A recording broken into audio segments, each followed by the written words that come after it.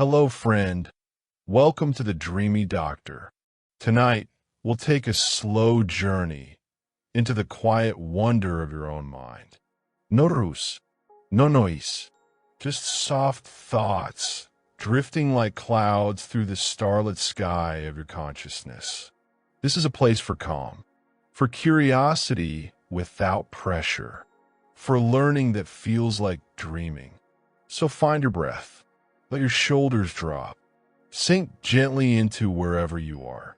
If you enjoy this quiet kind of science, you're warmly invited to like this video and subscribe to join us again.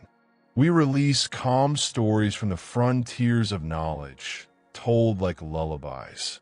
Now, let's begin our gentle walk through the brain's silent gardens. This is how the brain thinks, synapses and silence. A bedtime guide to memory, logic, and dreams. Close your eyes and let the thinking begin. Thoughts are not loud things. They don't arrive with trumpet fanfares or flashing signs.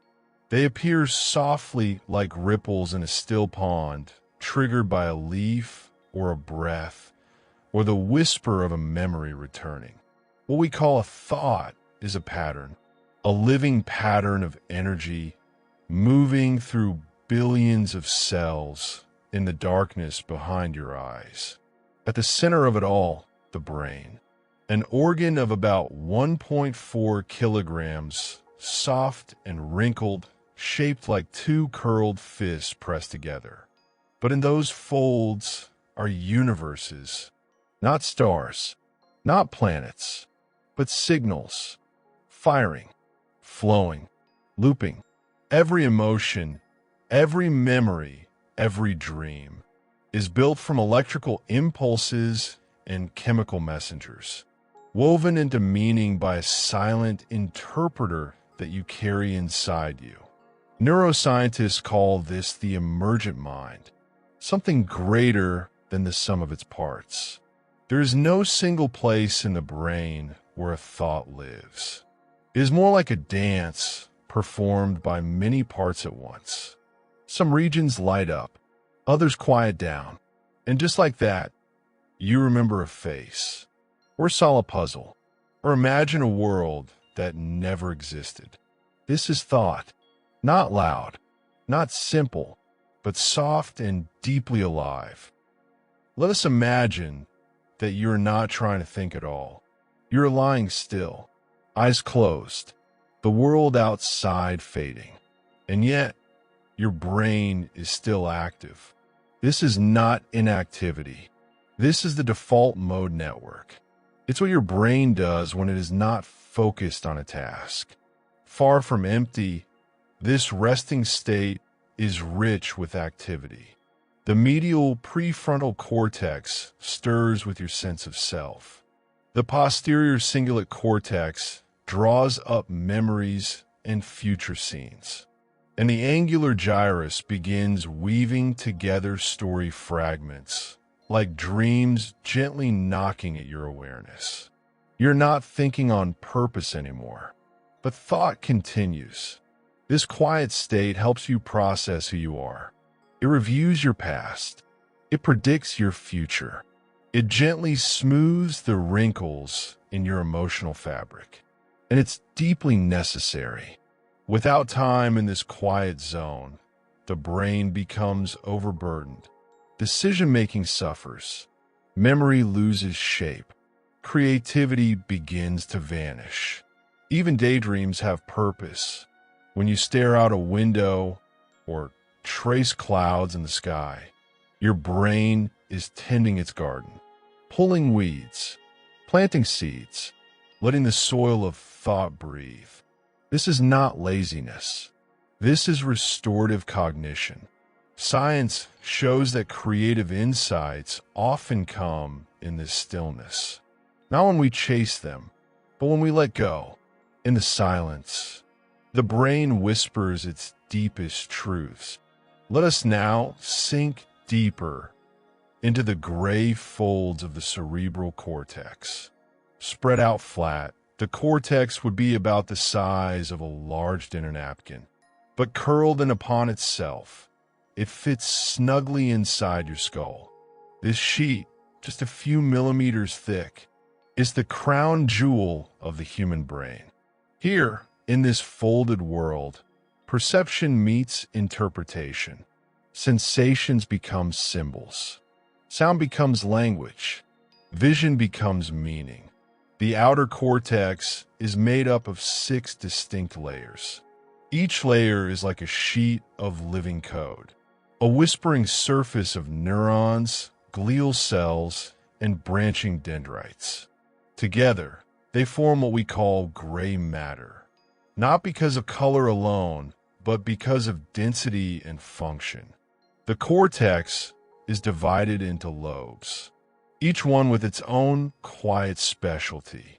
At the front, the frontal lobes, home of reasoning, planning, self-control. The prefrontal cortex here is where you imagine, decide, and reflect. To the sides, the temporal lobes. Here, memories echo. Words take shape. The hippocampus sleeps here too, a small, seahorse-shaped structure that handles memory consolidation. Above and behind the parietal lobes. They tell you where your body is in space. They help you reach for things, feel texture, understand numbers. And at the very back, the occipital lobes, the quiet place where vision is processed. You see with your eyes, but you understand with your cortex. When you see a tree, light touches your retinas. That light becomes electrical signals, routed backward through the thalamus and into the occipital lobe, where the image is sharpened. But it's not done there. The signal travels onward into temporal and parietal regions, adding color, shape, name, memory, meaning. And so, the tree becomes not just a shape, but a memory from childhood, or a symbol of calm, or an idea for a poem. The cortex is where input becomes experience, where biology becomes poetry. It is no wonder that some have called it the gray ocean of awareness. Like an ocean, it holds depths we cannot always see. Like an ocean, it moves even when we are still, and within its currents are the quiet mechanics of thought, memory, imagination, and even the sense of self. Let's wander deeper again, not through a city, not through a machine, but through something that feels ancient. Imagine a forest, not of trees, but of cells, billions of tiny living branches, reaching, touching, withdrawing. These are neurons. You carry around 86 billion of them, each one a small electric being, capable of sending messages across astonishing distances in less than 1,000th of a second. Each neuron has a body, the soma, and from this body grows a single long tail, the axon, like the trunk of a tree stretching toward the horizon. At the far end, the axon splits into tiny roots called terminals. These do not touch the next cell directly. Instead, they hover. This is the synapse, a gap, small, quiet, impossibly important.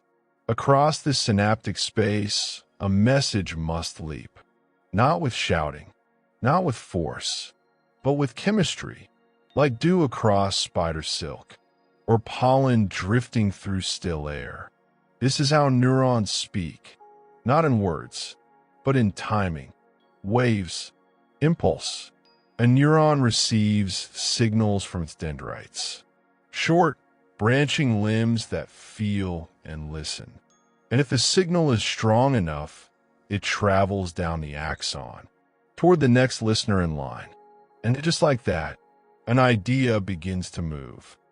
Let's follow one thought, one spark from origin to destination. We begin in the hippocampus, That gentle, curled keeper of memory. A neuron is activated. Perhaps you've smelled something familiar, rain on warm soil, and your brain responds. An electrical impulse races down the axon, but cannot leap alone. When it reaches the synapse, the neuron releases neurotransmitters, tiny chemical messengers. They drift across the synaptic gap and bind to receptors on the next neuron. If enough bind, the next neuron fires too, and so the message moves forward. This happens not once, but thousands of times, in millions of circuits, in a flash. Some messages go to the amygdala, adding emotion. Others pass through the prefrontal cortex, shaping logic, prediction, control. Every thought, every memory, every sensation is not a single event. It is a cascade, a symphony of synapses. And every time a thought travels a path, that path grows stronger. It is called Hebbian learning. Neurons that fire together, wire together. This is how habits form, how routines become effortless, how knowledge becomes second nature. Every thought leaves a trace, like footsteps in a snowy field. Walk the same trail often, and it becomes a road. What does a thought look like? We cannot see it with our eyes, but the shape of a thought can be imagined like light traveling through a crystal. In scientific terms, a thought is the activation of a neural ensemble, a network of neurons firing in a specific, meaningful pattern. Each pattern is unique, like the swirling dance of starlings in the sky. Some thoughts activate visual regions. Others stir language centers. Some call upon touch or taste or sound. And often, thoughts are not alone. They appear in clusters, one idea pulling the thread of another. Memories, associations, dreams. The shape of a thought changes depending on mood, sleep, even diet. The brain is not a hardwired machine. It is plastic, adaptable, alive. We can train it, not by force, but by repetition and by rest. Scientists can now track these patterns. Through techniques like fMRI and EEG, we can see which parts of the brain light up when we read a poem, or solve a riddle, or remember a friend's voice. Still, no skin shows us what the thought feels like. That remains uniquely yours. The inner world of thought is private, gentle, unwritten, and yet the science is clear.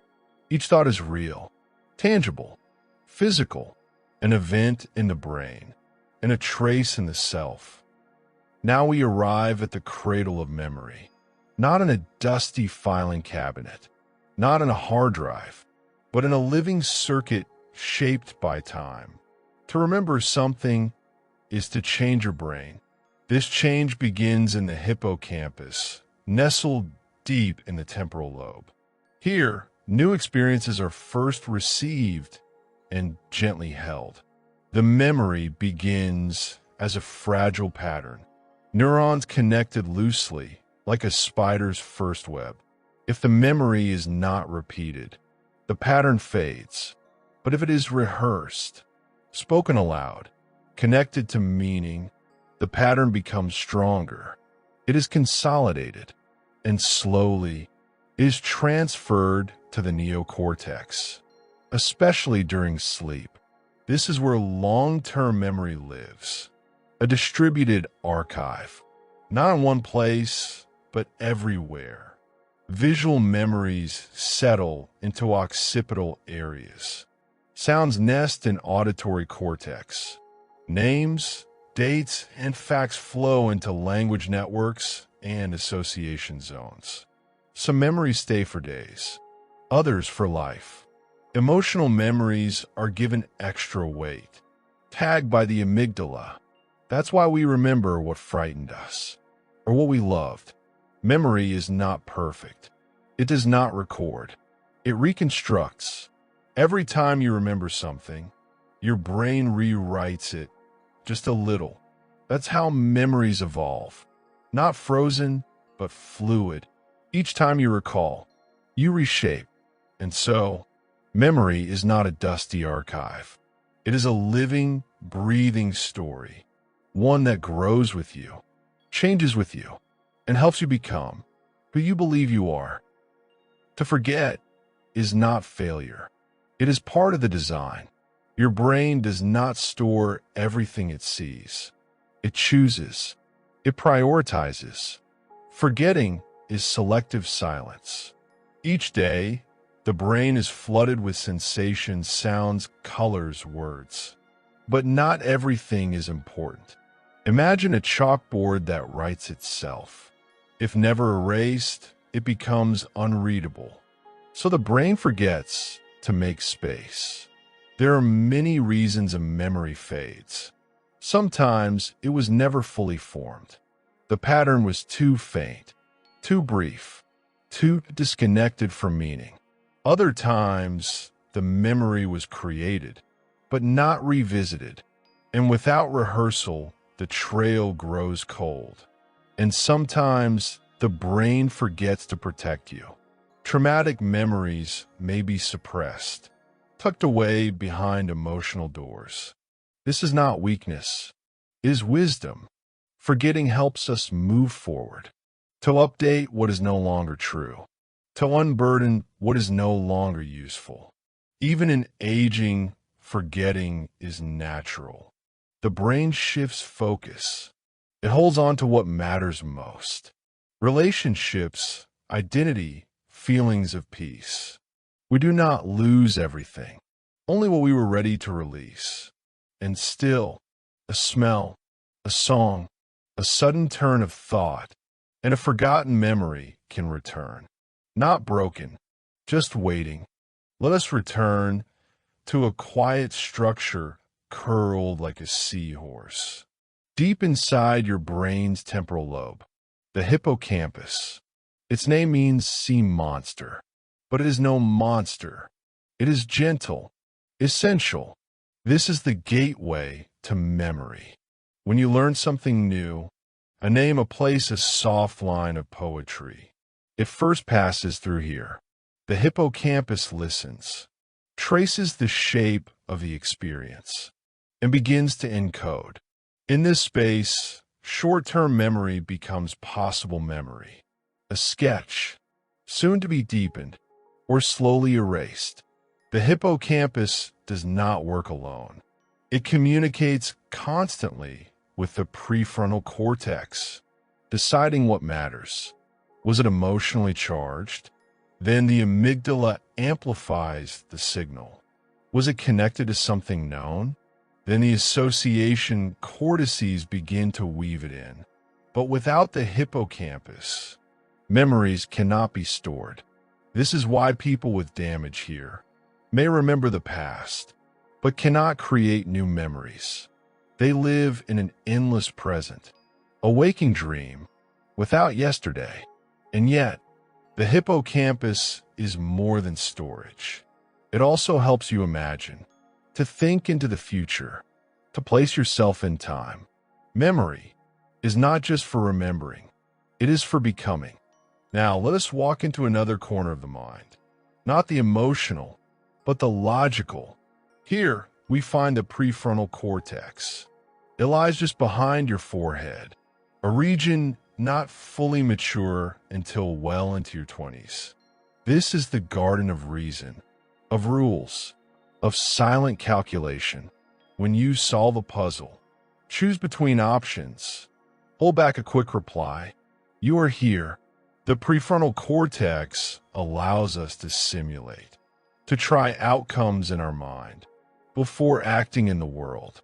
It holds working memory, a mental chalkboard where we juggle numbers, ideas, intentions, and it filters emotion, helps us wait, consider, delay gratification, Without it, we are impulsive, reactive, unable to build futures. But this region is slow, deliberate, not designed for emergencies. In danger, the brain listens to older structures, like the amygdala and brainstem. Fight, flight, freeze. But when calm returns, the prefrontal cortex gently regains control, like a quiet teacher stepping back into the room. It is not emotionless. It is thoughtful. This part of your brain helps you hold onto identity. It allows for moral reasoning. It supports compassion, planning, self-awareness. And like any garden, it flourishes with care. Practice reflection, practice patience, and logic will grow gently stronger. Not all decisions are made with words. Some drift in like clouds, soft, weightless, unexplained. We feel them before we know them. We choose without knowing why. And only afterward do we try to explain. This is the realm of intuitive thought, where reason shares space with feeling. Psychologists call this system one thinking. Fast, automatic, effortless. It comes from older parts of the brain, the limbic system, the basal ganglia, pathways that evolved before language, before civilization, before logic itself. And yet, they're not wrong, not broken, just different. When you reach for a familiar doorknob, when you choose a favorite seat, when you sense something off before seeing it, that is intuition, a decision not made, but emerged. These dreamlike decisions come from pattern, from memory, from emotional resonance. The brain is always scanning, always comparing. And when something matches a past experience, the mind leaps ahead. It feels instant, but beneath it are years of lived memory. Not guesses, but silent expertise. We must not mistrust this softness. It is not the absence of thought. It is the presence of hidden thought beneath the surface. And like dreams, intuitive decisions speak in symbols.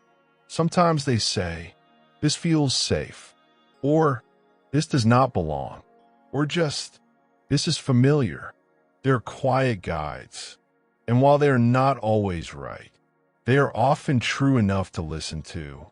The wise brain listens to both voices, the one that calculates and the one that simply knows. Let's return to the highest perch in the brain, the prefrontal cortex, often called the brain's conductor. Here, in the frontmost folds of your mind, the lights of awareness shine brightest. You are thinking about thinking. You reflect. You judge. You plan. This is executive function. The prefrontal cortex holds the future in its hands. It considers options, organizes steps, inhibits impulses. It holds attention like a flame cupped gently in the dark. When you decide not to check your phone, when you pause before reacting, when you follow a goal across days, weeks, years, that is your prefrontal cortex glowing softly. But this light is not endless. It dims when tired, flickers under stress. It is easily overwhelmed and slowly restored. This region is also where the self begins to emerge. The eye behind the eyes. It gives you a stable story. Not perfect, but continuous. Your preferences, your identity, your beliefs about the world. They are shaped here, refined here, revised here. The prefrontal cortex is not fully formed in children. It matures slowly into the mid-20s and beyond, which is why young minds feel things more fully and act more freely. They're still learning the art of the pause. In mindfulness, in meditation, In deep concentration, this part of the brain shines clearly. Focused, balanced. It is your lantern in the forest of the mind. And when it glows, you choose with wisdom. But not all decisions come from light. Some rise from deeper waters. Before the cortex, before words, before planning, there was emotion, and it still lives inside you. The amygdala, small, almond-shaped, sits deep in your temporal lobes. It watches. It warns. It remembers pain. The amygdala is fast, faster than thought. It can activate before your prefrontal cortex even knows why. It is the reason your heart races when startled. The reason your stomach tightens before a fall. The reason some memories carry heat. But emotion is not your enemy. It is the ancient compass that orients you towards safety and away from harm. It communicates with the hypothalamus, telling your body when to act, when to freeze, when to cry. Together, emotion and reason create a duet, a conversation between signals, one raw, one refined. If reason is a lantern, emotion is the wind. It can blow the light, distort the shadow, but it also carries the scent of truth, the feeling of urgency, the knowledge of what matters most. The insula, another deep brain structure, helps translate bodily sensations into emotion. It tells you when you feel hunger, or pain, or love. And the cingulate cortex, it helps you choose between competing emotions, helps you move through internal conflict. Together, these regions form the emotional brain, older than reason, but not lesser. Without them, logic becomes empty, detached, cold. It is emotion that gives meaning, color, value. Emotion tells us why we care, why a decision matters, why a memory stays. And when reason and emotion walk hand in hand, we act with compassion. We think with feeling. We choose with depth. In this way, your mind is not a courtroom. It is a garden, with logic like the structure branches, and emotion like the sap, flowing through all. Let's return now to the almond-shaped gatekeeper of emotion, the amygdala, tucked deep within the temporal lobe. It is small, but powerful. It is the sentinel, the spark, the first to know when something matters. If you've ever felt afraid before you understood why, that was the amygdala. It watches all, scans for danger, matches the present to the past, to feelings long remembered, to threats long gone. It stores emotional memory, especially pain, especially fear. That's why some places give you unease. Some smells bring back sadness. Some faces seem untrustworthy.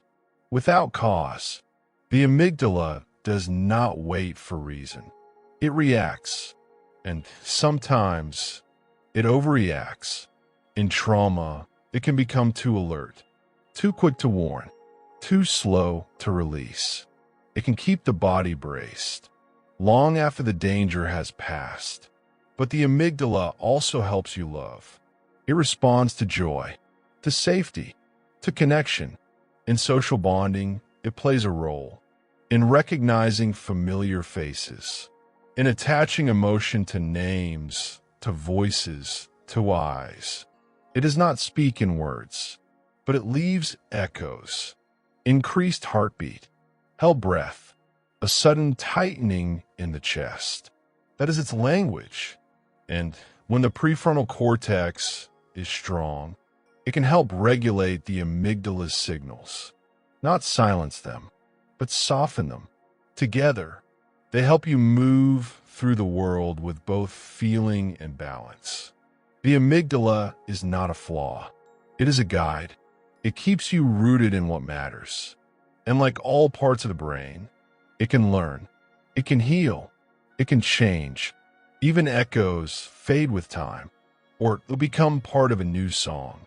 Time is not always what it seems.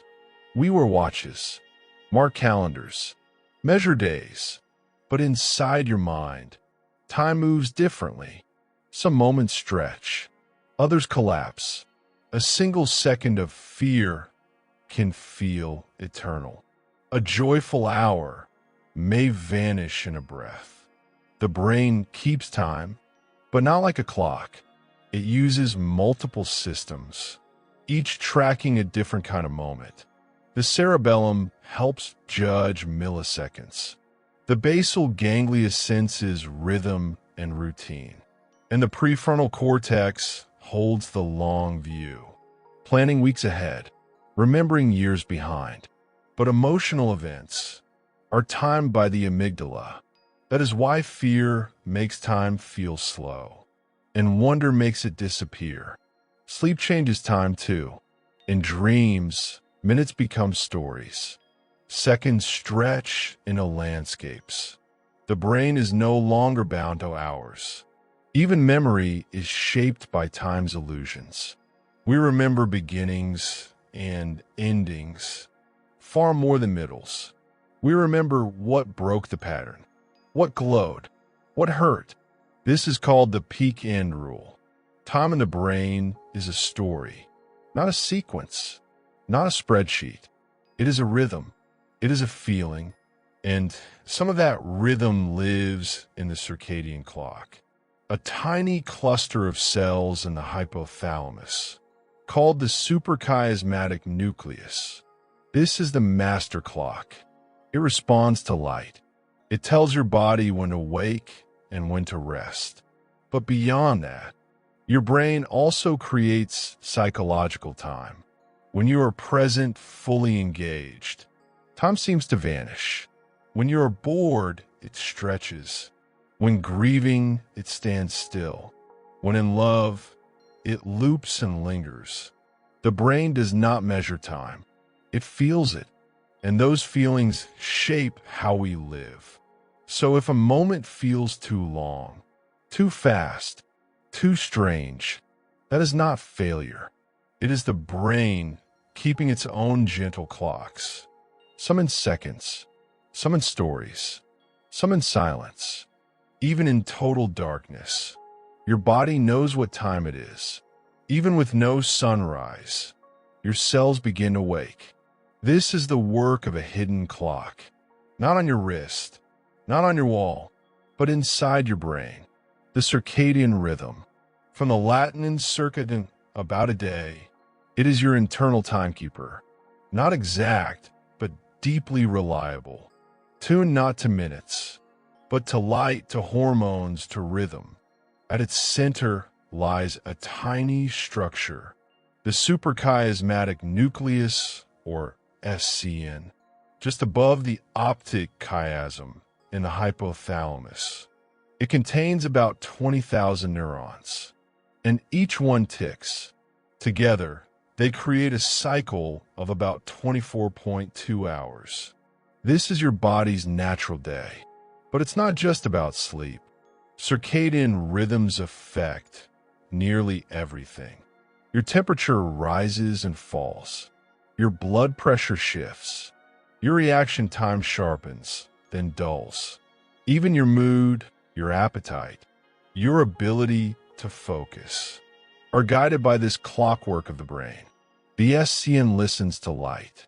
When morning sunlight enters your eyes, special photoreceptors, not for seeing, send signals to the clock.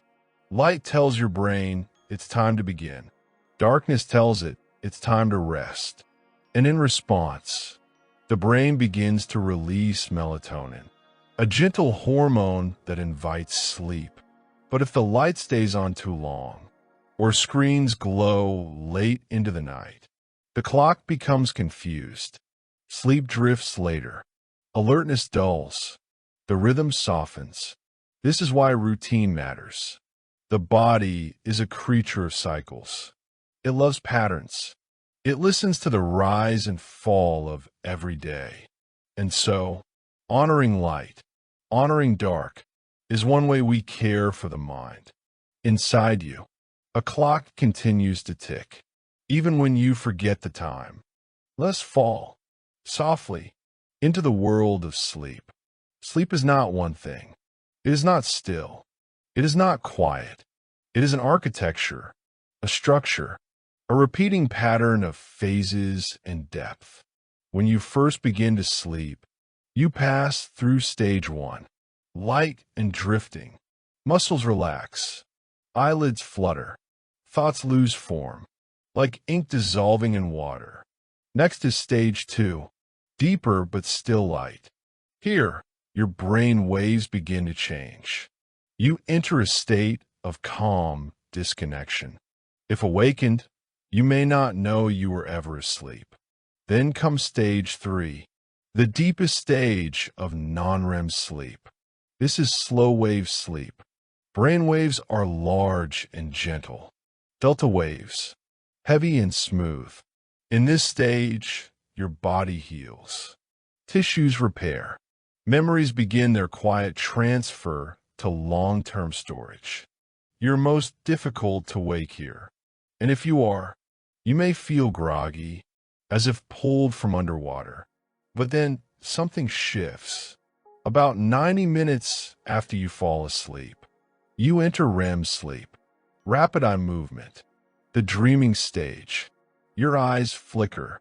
Your brain becomes active again, almost as active as when awake.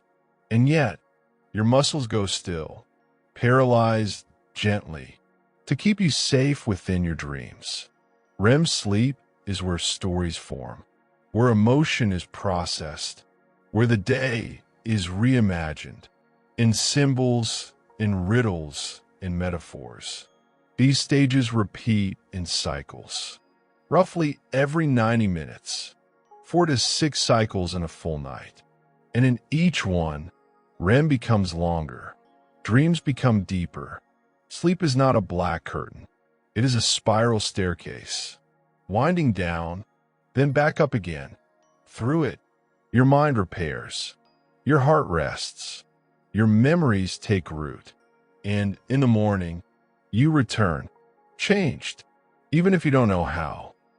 Dreams are not noise. They're not nonsense. They are neural poetry, spoken in the language of shifting waves.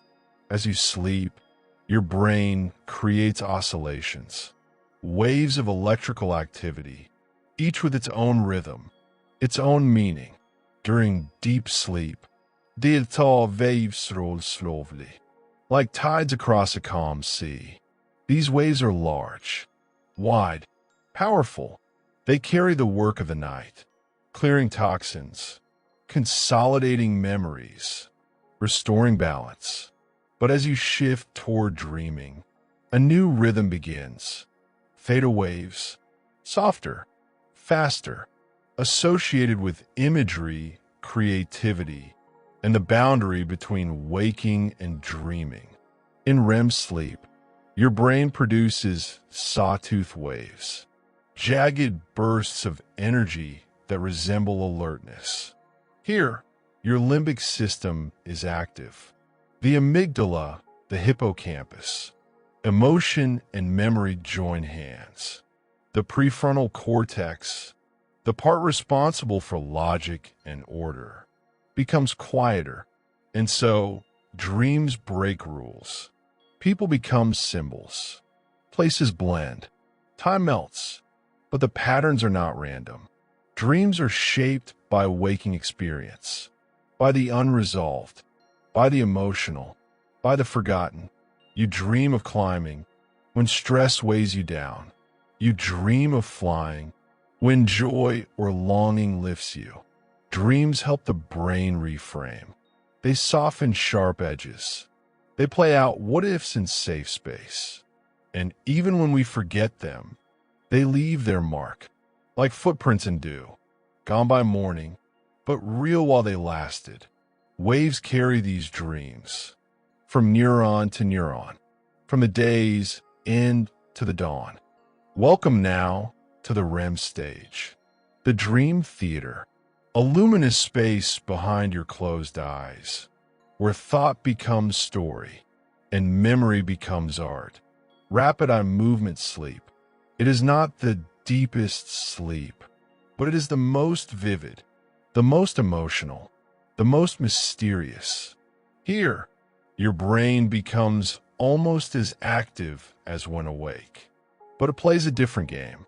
The visual cortex glows softly, painting scenes, shapes, people long gone. The limbic system, especially the amygdala, lights with feeling. Old fears return. Longings take form. Even joy flickers again. But the prefrontal cortex, the part that questions, organizes, doubts, steps back. It lets go of control. And that's why dreams break logic. Why time folds. Why gravity fades. Why we speak to the dead. Run without moving. Fly without wings. It is a safe rehearsal room for things that feel too large in waking life. Studies show that REM sleep helps us process emotional memory. It helps soothe trauma, integrate stress, rehearse social conflicts without danger. In children, REM is abundant. In artists, sometimes too. It is a place of fluid identity, where the self becomes flexible, where metaphors bloom. And though we often forget the story when we wake, the dream does its work. It changes the brain, strengthens some pathways, weakens others, connects what was never connected before. Dreams may not give answers, but they reshape the question. And when you return from REM, you may feel nothing at first, just a blank. But somewhere inside, a scene is played, a lesson has passed, and the mind has softened. Let us descend into a quieter realm. Non-REM sleep. It makes up most of your night, and though it lacks the colors of dreaming, it is sacred. This is the deep sleep the body craves. The phase where time feels furthest away. The world vanishes, and you return to something ancient. Non-REM has 3 stages, each deeper than the last. In stage 1, you drift between worlds. Your thoughts unravel. Your muscles twitch. Your body begins to trust the bed beneath it. Stage 2 brings stillness. Your breathing slows. Your heart settles into rhythm, and the brain releases sleep spindles. Short bursts of activity thought to protect sleep from being disturbed by sound or sensation. Then comes stage 3, slow wave sleep, delta sleep. Here, brainwaves are long, slow, rolling, like distant thunder behind the stars. Your consciousness is lowest. Your muscles are loose. Your senses almost silent. But inside, healing begins. This is when the pituitary gland releases growth hormone, repairing tissues, building proteins, strengthening bones and skin. Your immune system resets. Your glial cells sweep away waste, clearing neurotoxins that built up during waking hours. And your memory centers begin to work quietly, moving fragments from temporary storage to longer, stronger roots. Without enough deep sleep, the body frays, the mind forgets, the mood becomes fragile. Non-REM sleep may not be remembered, but it is essential, a foundation, a gentle pool at the bottom of the mind, where everything quietly begins again. Sleep is not rest, not in the way we think. The body may be still, but the brain is in motion, repairing, refining, restoring. As you lie in bed, tucked beneath blankets, your neurons continue to fire. But now the pattern has changed. It is not input from the outside world. It is inward, reflexive, a conversation between regions. During deep non-REM sleep, the glymphatic system awakens, a cleansing network that washes your brain. Like a night tide, it moves cerebrospinal fluid through narrow channels, rinsing away metabolic waste, including beta amyloid, a substance linked to memory loss and neurodegenerative disease. Only in sleep does this cleaning truly begin. In the hippocampus, memories from the day are replayed. They echo through circuits, strengthening the ones that matter, letting others fade. The cortex listens, and slowly, memories are embedded, layered, stored. It is not just what you remember. It is when you sleep that determines how well you keep it. During REM, emotional memories are softened. The sting of sadness is dulled. Fear is reshaped. The brain asks, can I keep this memory, but hold it differently? Meanwhile, new myelin forms, the fatty sheath that wraps around axons, helping signals move faster, sharper, cleaner. Connections that are used often grow stronger, more efficient. Those left idle begin to wither. This is synaptic pruning, the brain's way of streamlining its vast forest of thought. You do not feel this happening, but when you wake, you are not the same. You're more yourself, repaired, refined, and quietly renewed. Was consciousness, not easily defined, not easily seen, and yet you know it. You live it. You drift into it every morning and release it each night. Consciousness is not a place in the brain. It is not found in one cell or one spark. It is a pattern, a rhythm, a flow of activity through many regions, working in synchrony. It arises when many areas of the brain begin to talk to each other. The thalamus, a relay station at the brain center, connects sensory input to the cortex.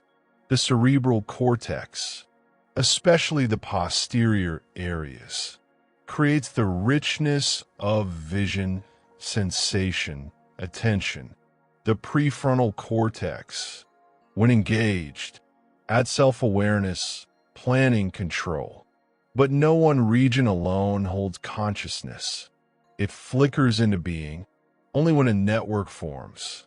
This is known as the global workspace theory.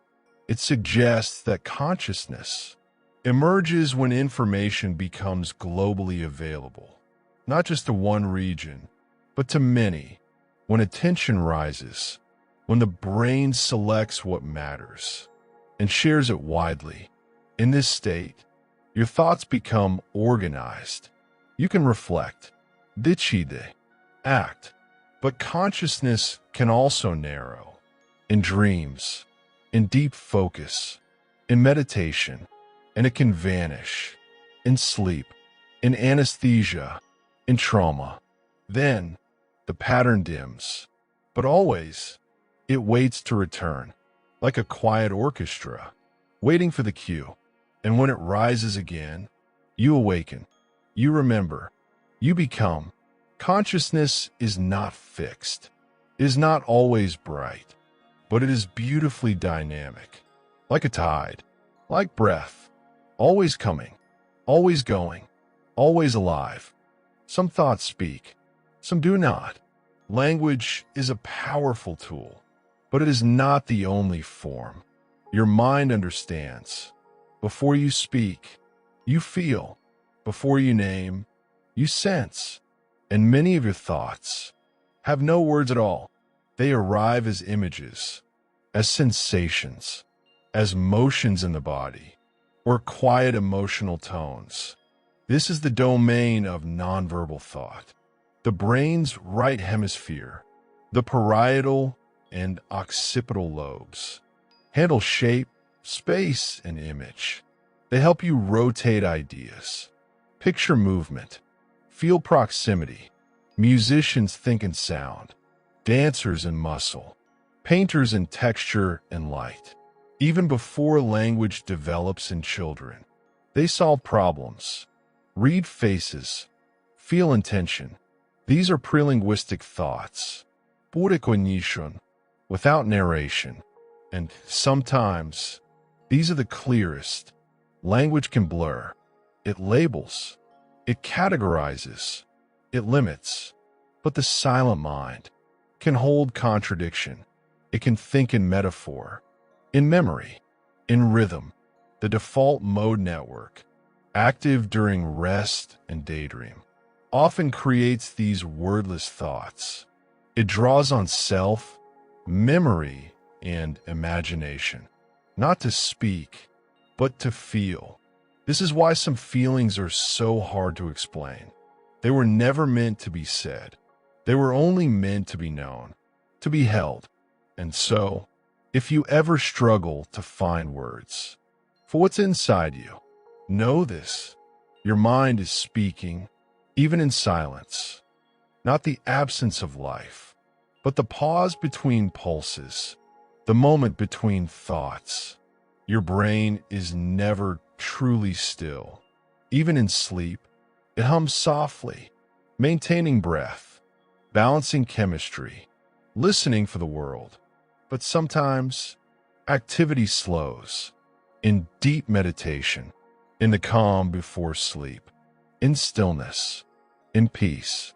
EEG scans showed gentle alpha waves, soft pulses in the back of the brain, linked to quiet awareness. These waves rise when the eyes are closed, when attention turns inward, when thought steps aside. In this silence, the default mode network continues gently, replaying memories, drifting through self, but the noise is muted, the narrative loosened, and sometimes, in meditation or deep contemplation, the brain begins to quiet the ego, the constant chatter of identity. This is not emptiness. This is spaciousness, a mind without demand, a brain at rest, yet fully alive. And in this silence, something remarkable happens. Creativity stirs, new ideas bubble up, emotions release, and the body, no longer needing to defend, softens. Silence in the brain is not the end of thought. It is the soil in which deep thought grows. So if you find yourself with a quiet mind tonight, let be. Do not rush to fill the space. It is not a void. It is not a failure. It is the brain taking a breath, and you finally hearing it. Language is not just speech. It is not just grammar. It is the bridge between minds. A gentle code built from breath and sound. Inside the brain, language is a symphony. No single note, no single player. In the left hemisphere, you'll find Broca's area. In the frontal lobe, it helps you shape words. Speak them, choose them. Close by, in the temporal lobe, lies Wernicke's area. It helps you understand. It listens. It gives meaning to sound. These two regions speak to each other through a white matter pathway called the arcuate fasciculus, a curved arc like a silver thread between thoughts. When you talk, when you listen, when you read a sentence in your mind, this loop begins to hum. But language is more than parts. It lives in the motor cortex to shape the mouth, in the auditory cortex to hear, in the visual cortex to read, and in the prefrontal cortex to choose what to say. It is a network, not a place, and it begins early, even before birth. Infants hear the rhythm of their mother's voice. They are born with preference for speech. They learn through mimicry, gesture, tone, and over time, language becomes internal, Thought becomes narration. Silence becomes inner speech. That little voice that reads to you when you're alone, that explains, that wonders, that is language turned inward. It helps us reflect, imagine, plan. It gives shape to memory and a pathway to share what's inside. Language is the thread we weave between self and other, between moment and meaning. And within the folds of the brain, that thread glows. You have two hemispheres, left and right. They are not identical, but they are not opposites. They are companions, two sides of a deep, intelligent whole. The left hemisphere is often described as analytical, linear, precise. It processes language, handles rules, solves problems through sequence and structure. It sees the parts. The right hemisphere, by contrast, is more holistic. It sees the whole. It handles space and shape, facial recognition, emotional tone, music, metaphor. It feels the rhythm beneath the word, the silence beneath the sentence. But these are not separate selves. The corpus callosum, a thick bridge of white matter, connects them. Over 200 million fibers, carries signals between hemispheres. So when you read a poem, the left decodes the words, and the right feels the imagery. When you listen to a friend's voice, the left parses the sentence, and the right reads the feeling. Even movement is shared. The left controls the right side of the body. The right controls the left. When they work together, you move with grace. You think with balance. You live as one. In rare cases, when the bridge is severed, the hemispheres operate alone. Split-brain patients reveal how independent each side can be. But even then, a kind of harmony remains. Your mind is not a rivalry. It is a partnership. The left offers clarity. The right offers depth. One builds the staircase. The other lights the view. And when they move in rhythm, you feel complete. Going into the world of imagination. It begins not in the eyes, but in the mind. Even with eyes closed, you can see. You can move through spaces that aren't real. Speak to people who aren't present. Feel time that never happened. This is the gift of imagination. Neuroscience shows that imagining in action activates many of the same regions as doing it. To visualize running, your motor cortex hums. To imagine a sound, your auditory cortex stirs. To recall a face, your fusiform gyrus lights gently. These are called mirror activations. They show that the brain rehearses, predicts, prepares, and through imagination, you can relive the past, reshape it, or explore futures not yet written. Even empathy uses this mirror. When you feel someone else's pain, your brain echoes their state. Mirror neurons in the premotor cortex reflect their gesture, their feeling, their rhythm. You imagine being them, and that is how compassion begins. Children live in imagination naturally. They practice life through play, through role, through dream, but adults still carry it. In stories, in art, in memory, and in hope. Imagination is not pretend. It is pre-experience. It is how the brain learns what has not yet happened. It is the canvas of change, the space of healing, the home of dreams. And inside your mind, this mirror never fades. Memory is not a filing cabinet. It is not a perfect shelf of facts, untouched. It is a living thing, a garden that grows, a book that rewrites itself each time you turn the page. When you recall a memory, your brain does not retrieve it. It rebuilds it. The hippocampus, shaped like a seahorse, gathers fragments from smell, from sound, from image and feeling. Then it assembles them, weaving together what happened, what you felt, what you now believe. Memory is reconstructive, not fixed, but flexible. This is why stories change over time, why details shift, why feelings soften or sharpen. Every time you remember, you lay the memory down again, just slightly altered, shaped by your current mood, by the present moment.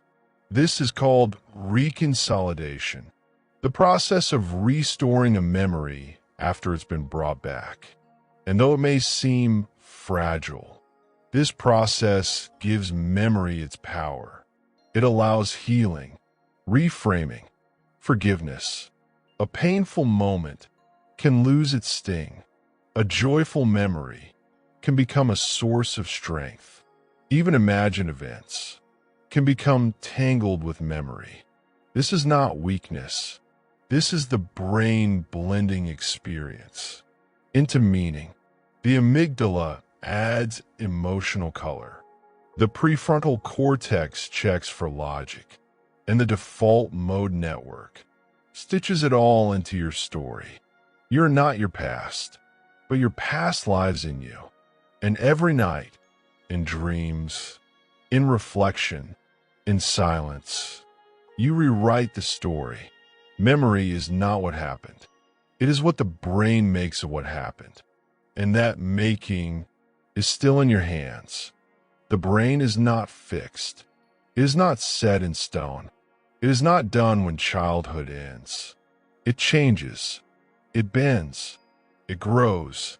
This is neuroplasticity, the brain's ability to rewire itself, to form new connections, to reshape old ones. With every new skill, every repeated practice, every shift in perspective, your brain adapts. Neurons that fire together begin to wire together. This is Hebb's law. It means the more you think a thought, the easier it becomes to think again, like water carving a channel through soft earth. And just as pathways strengthen and used ones weaken, the brain prunes what isn't needed, streamlines, simplifies. This is how you learn to walk, to read, to speak a second language, to play a song. And this is how healing occurs. Even after injury, after stroke, new regions can sometimes take over lost functions. Blind individuals may recruit their visual cortex to interpret sound or touch. This is not magic. It is design. Your brain was built to respond to life. Even in adulthood, new neurons are born, especially in the hippocampus, home of memory and learning. This is called neurogenesis, and it is supported by sleep, exercise, curiosity, connection. Your mind is a living map, and you draw new paths every day. Change is not easy, but is possible. And in the quiet of effort, your brain listens. It says, yes, I could become this too. If you could listen to your own mind, what would you hear? Not silence, not words, but a symphony of signals. The brain communicates through tiny electric pulses called action potentials. Each neuron sends its signal down the axon, a long, slender wire. When the impulse arrives at the end, it reaches the synapse. There, it releases neurotransmitters, tiny messengers, chemical sparks. They drift across the gap and bind to receptors on the next cell, like a whisper pass from one ear to the next. Some signals excite, Some inhibit. Some tell the neuron to wait. Others say now. This balance is what makes thought possible. It is timing. It is pattern. It is music. Dopamine for motivation. Serotonin for mood. Glutamate for learning. GABA for calm. Each chemical, each signal, plays its role in your brain, composed of trillions of these signals. Sings, not loudly, not with melody, but with meaning. It decides when to move, when to remember, when to feel safe, when to sleep. Every thought, every touch, every moment of stillness is made of signals, passed from cell to cell, at the speed of light. This is not chaos. This is harmony. And you are the song. Your brain has a weather system, not clouds or rain, but of rhythm. Inside your mind, waves rise and fall, electrical pulses, oscillating in gentle patterns. These are your brain waves. They move in frequencies, from fast to slow, from alertness to dream. They are measured in hertz, cycles per second, and they shape how you feel, how you think, how you drift. When you are wide awake, focused and engaged, your brain hums with beta waves. Fast, precise, useful for work, for conversation, for solving. But when you relax, when your eyes soften, when your thoughts slow, alpha waves rise. Gentle, flowing frequencies, found during meditation, basaful moments, in the first stage of sleep, deeper still, in drowsy twilight and dream, come the theta waves, slower, more fluid, linked to memory, creativity, emotional insight, and in the deepest sleep, when the world is furthest away, delta waves roll across the cortex. Low, slow, powerful. They clean, they heal, they hold silence. Each wave is a state of being, not good or bad, just present. They shift throughout your day, like light through trees. Subtle, guided by mood, attention, body. Some days feel stormy, your brain pulsing in erratic waves. Some nights feel still, your thoughts moving like wind over water. And though you may not feel them directly, these waves are always there. Your brain's gentle weather, ever changing, ever speaking, ever you. Calm is not the absence of feeling. It is not silence or sleep.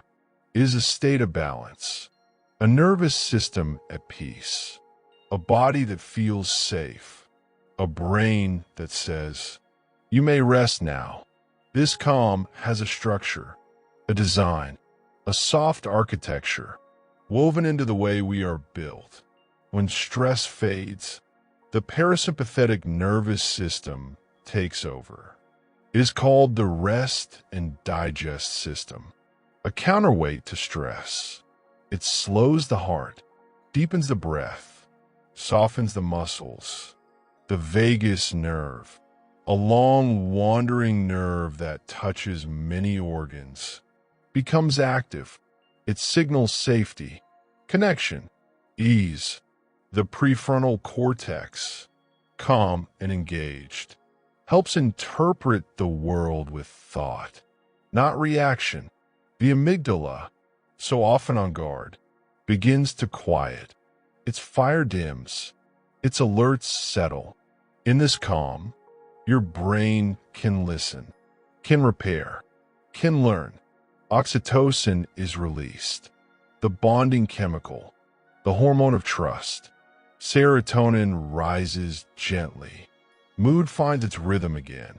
You feel grounded, present, capable. Calm is not passive.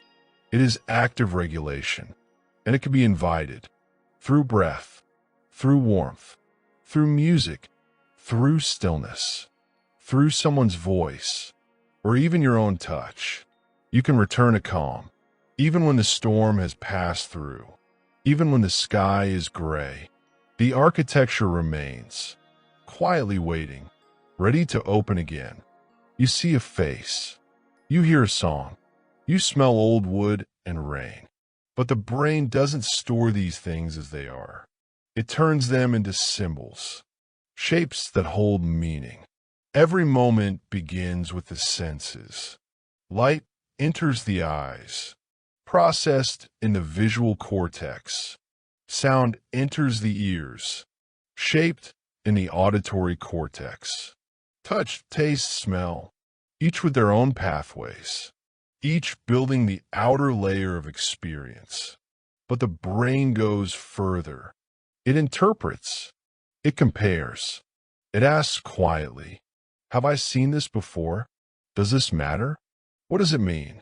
In the association cortices, these raw signals are woven into concepts. A voice becomes a person. A place becomes a memory. A flower becomes a feeling. This process is seamless, fast, quiet. It is what allows you to recognize a childhood song from just a few notes, or to know someone's mood from the tilt of their head. The brain creates a world, not just from what it senses, but for what it remembers. And then it layers on language. It labels. It categorizes. The image becomes tree. The sound becomes laughter. The sensation becomes love. And these symbols become the tools of your mind. You dream in them, think in them, build stories with them. But beneath it all, you're still sensing, still touching the real. Your symbols may change, but the feeling beneath them remains, like meaning held in silence, like memory beneath words. The mind protects itself, not with armor, not with shields, but with patterns, soft defenses built from experience and instinct. You may not see them, you may not name them, but they are there, always watching, always balancing. At the center is the amygdala, a small almond-shaped structure, deep within the brain.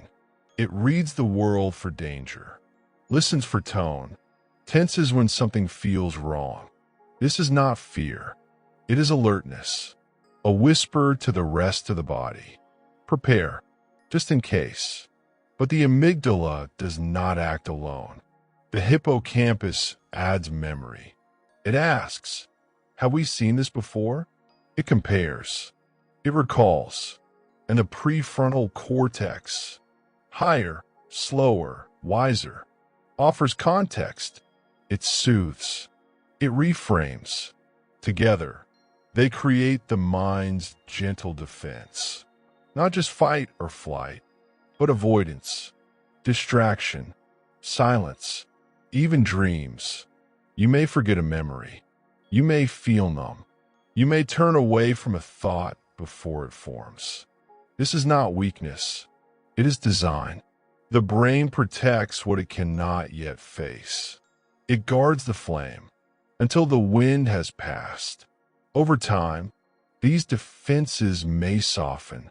New meaning forms. A feeling once feared can be approached because the mind learns not just what to fear, but when to let go. In therapy, in rest, in deep conversation, or quiet solitude, these inner guards step aside and healing enters. Softly, at its own pace. When the brain says now, each night, as the world dims, your memories rise. They do not arrive as they were. They do not play back like a recording. Instead, they reassemble in the gentle space of sleep, especially during slow wave and REM stages. Memories are selected, reshaped, moved. Some are woven into the long fabric of your life. Others are trimmed, or softened, or tucked away. This process is called consolidation. where the hippocampus shares its temporary notes. With the neocortex, the cortex listens. It decides where to place each thought, each image, each echo of the day. But it does more than store. It reframes. Studies show that emotional memories lose their sharpness in REM sleep. The feeling fades, but the story remains. This is emotional unhooking. The mind keeping the lesson, but dropping the weight. Dreams help in this process. They turn experience into symbol. They test scenarios. They reimagine events from new angles. In sleep, you may meet someone long gone, not to relive the past, but to rewrite your place within it. Even new learning is strengthened. Language, facts, skills. The more rested the brain, the stronger its grasp. So if you've ever said, "Let me sleep on it," you are listening to deep biology, because the sleeping brain is still writing, still editing, still making sense. And by morning, you wake changed, not always knowing how, but feeling it. Logic is not cold. It is not sharp. It is not the absence of feeling. It is structure. It is clarity in the forest of thought. Within the brain, logic lives in networks. Not one place, but many. At the center is the prefrontal cortex, especially the dorsolateral prefrontal area. This is the region that plans, compares, holds details in mind. It is home to working memory, the ability to keep ideas present while juggling others. Logic uses this to trace paths. If this, then that. It considers options, waits before acting, is the pause before reply. In problem solving, the brain lights up along the frontoparietal network, a highway of thought, linking intention to calculation. But logic is not just numbers. It helps build stories, ethics, philosophy. It helps organize emotion into decisions that hold. Still, logic does not work alone. Without emotion, decisions stall. Even in patients with prefrontal damage, where emotion is blunted, choices become hollow, unanchored, and so the brain blends reason with feeling, structure with instinct, analysis with empathy. Logic in the brain is like a compass. It points the way, but it does not walk the path alone. In the forest of thought, you need light, but you also need leaves and roots. Together, they help you find your way. There is a kind of intelligence that doesn't strive, a kind of knowing that comes only in stillness.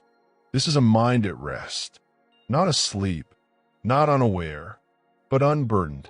Inside your brain, even in moments of quiet, activity continues, but it changes. The default mode network becomes active, a soft circuit that flows through the medial prefrontal cortex, the posterior cingulate, and the angular gyrus. This network supports introspection, daydreaming, self-reflection. It is the space where you revisit memories, wander through imagination, or simply sit with yourself. Not planning, not fixing, just being. Here, the brain is not idle. It is resting with purpose. Patterns emerge, ideas stitch together, insights bubble up. Without force, studies show that creativity rises. In these soft, drifting states, when we let go, the mind begins to weave, and the body, too, responds. Heart rate slows, muscle tone eases, breath deepens into rhythm. The parasympathetic nervous system guides this process. It tells the body, You are safe. You can soften now. This rest is not wasted time. It is fuel. It is repair. It is deep internal clarity. And you don't need to seek it. You only need to allow it. To sit, to listen, to breathe. The brain will do the rest. There is a kind of intelligence that doesn't strive, a kind of knowing that comes only in stillness. This is a mind at rest, not asleep, not unaware, but unburdened. Inside your brain, even in moments of quiet, activity continues, but it changes. The default mode network becomes active, a soft circuit that flows through the medial prefrontal cortex, the posterior cingulate, and the angular gyrus. This network supports introspection, daydreaming, self-reflection. It is the space where you revisit memories, wander through imagination, or simply sit with yourself, not planning, not fixing, just being. Here, the brain is not idle. It is resting with purpose. Patterns emerge, ideas stitch together, insights bubble up. Without force, studies show that creativity rises. In these soft, drifting states, when we let go, the mind begins to weave, and the body, too, responds. Heart rate slows, muscle tone eases, breath deepens into rhythm. The parasympathetic nervous system guides this process. It tells the body, you are safe. You can soften now. This rest is not wasted time. It is fuel. It is repair. It is deep internal clarity. And you don't need to seek it. You only need to allow it. To sit, to listen, to breathe. The brain will do the rest. And now, as we near the end of this journey, let us return to the most gentle thing of all. Awareness is not thinking, not remembering, not dreaming. It is the space beneath all that. It is the soft light that watches thought come and go, that senses the breath without effort, that feels the weight of the body without judgment. Awareness has no edges. It has no goal. It is the still pond beneath every ripple of mind. In the brain, awareness emerges from the integration of many parts. Sensory input, attention, emotion, memory, all brought together and gently observed. No single region holds awareness, but the thalamus and cortex work together to sustain it. They form a loop, a circuit that listens, filters, updates, and yet awareness itself feels untouched. You can feel anxious and still be aware. You can feel tired and still be aware. Awareness is not what happens. It is what notices what happens. And in that noticing, there is peace. You do not have to stop the mind. Only watch it, like clouds passing above, like waves arriving, then fading. And if you stay long enough, you may feel it, a sense of being held, a silence that is not empty, a presence, quiet but real. This is your mind's deepest gift, not its memory, not its logic, not its dreaming, but its awareness. Always here, always calm, always quietly awake. Thank you for joining this slow and gentle journey through the brain, its thoughts, its sleep, its silence, and its light. If this journey soothed your mind, feel free to share it, to return to it, to let it play again as you rest. And if you'd like more quiet explorations, don't forget to like and subscribe to the Dreamy Doctor. Until next time, sleep well, think gently, and let your brain Be soft,